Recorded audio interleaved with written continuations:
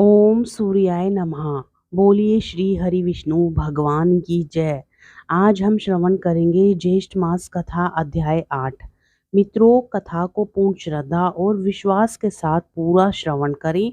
ऐसा करने से पुण्य फल की प्राप्ति होती है और साथ ही भगवान श्री हरि विष्णु और सूर्य देव की कृपा भी प्राप्त होती है। मित्रों, कथा को श्रवण करने से पहले चैनल को सब्सक्राइब जरूर कर लें ताकि इस प्रकार की कथाओं का श्रवण आप रोजाना कर सकें। इष्ट महात्म्य कथा में हम श्रवण करेंगे सूर्य भगवान के पूजन विधान व रथ सप्तमी का फल। और उससे पहले हम श्रवण करते हैं भगवान श्री हरि के वामन अवतार की कथा। तो कथा को पूर्ण श्रद्धा और विश्वास के साथ पूरा श्रवण करें।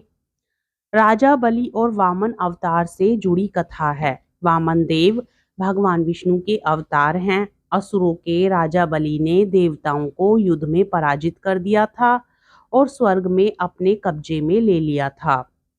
बलि की वजह से भी देवता बहुत दुखी थे। दुखी देवता अपनी माता अदिति के पास पहुंचे और अपनी समस्या बताई। इसके बाद अदिति ने पति कश्यप ऋषि के कहने पर एक व्रत किया, जिसके शुभ फल से भगवान विष्णु ने वामन देव के रूप में जन्म लिया। वामन देव ने छोटी उम्र में ही दैत्यराज बलि को पराजित कर दिया था। बलि अहंकारी था। उसे लगता था कि वह सबसे बड़ा दानी है। विष्णु जी वामन देव के रूप में उसके पास पहुंचे और दान में 3 पग धरती मांगी। अहंकारी बलि ने सोचा कि ये तो छोटा सा काम है, मेरा तो पूरी धरती पर अधिकार है, मैं इसे 3 पग भूमि दान कर देता हूँ। बलि वामन देव को 3 पग भूमि दान देने के लिए संकल्प कर रहे थे। उस समय शुक्राचार्य ने उसे रोकने की कोशिश की। दरअसल शुक्राचार्य जान गए थे कि वामन के रूप में स्वयं भगवान विष्णु हैं। शुक्राचार्य ने बलि को समझाया कि ये कोई छोटा बच्चा नहीं है, ये स्वयं विष्णु भगवान हैं। ये तुम्हें ठगने आए हैं, तुम इन्हें दान मत दो।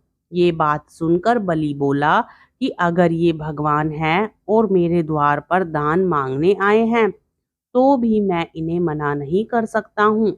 ऐसा कहकर बलि ने हाथ में जल का कमंडल लिया तो शुक्राचार्य छोटा रूप धारण करके कमंडल की दंडी में जाकर बैठ गए ताकि कमंडल से पानी ही बाहर ना निकले और राजा बलि संकल्प ना ले सकें।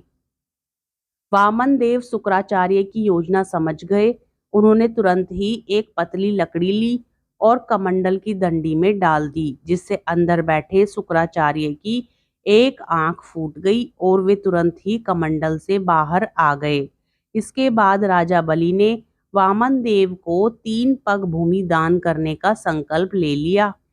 राजा के संकल्प लेने के बाद वामन देव ने अपना आकार बढ़ाकर एक पग में पृथ्वी और दूसरे पग में स्वर्ग नाप लिया। इसके बाद उन्होंने राजा से कहा कि अब मैं तीसरा पग कहाँ रखूं। ये सुनकर राजा बलि का अहंकार टूट गया।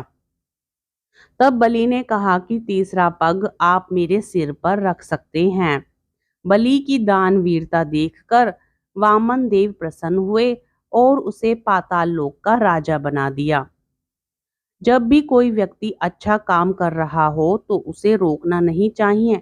इस कहानी में शुक्राचार्य राजा बलि को दान करने से रोक रहे थे।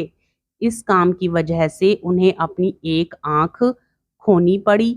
जब हम किसी को अच्छे काम करने से रोकते हैं तो हमारी परेशानियां बढ़ती हैं। अच्छे काम करना भी पूजा पाठ करने की तरह ही है।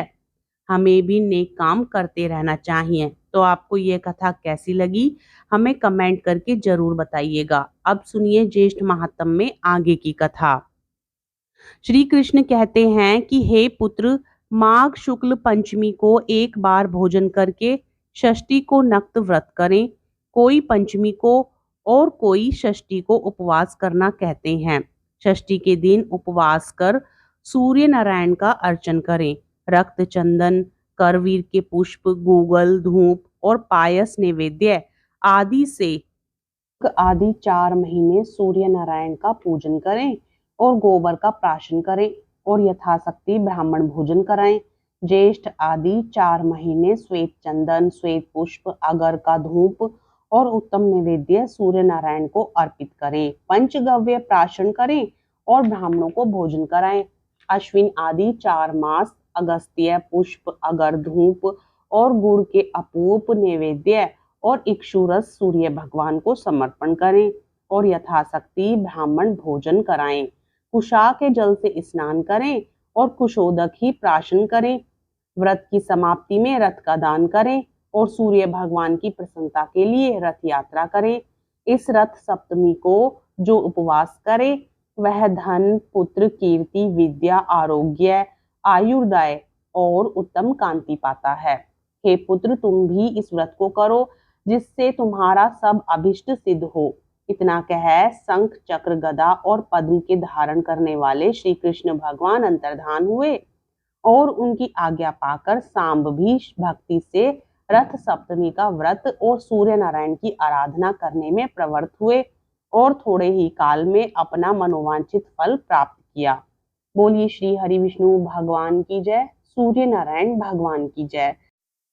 कथा पसंद आए तो वीडियो को लाइक करके चैनल को जरूर सब्सक्राइब कर लें ताकि इस प्रकार की कथाओं का श्रवण आप रोजाना कर सकें। आगे की कथा हम कल श्रवण करेंगे।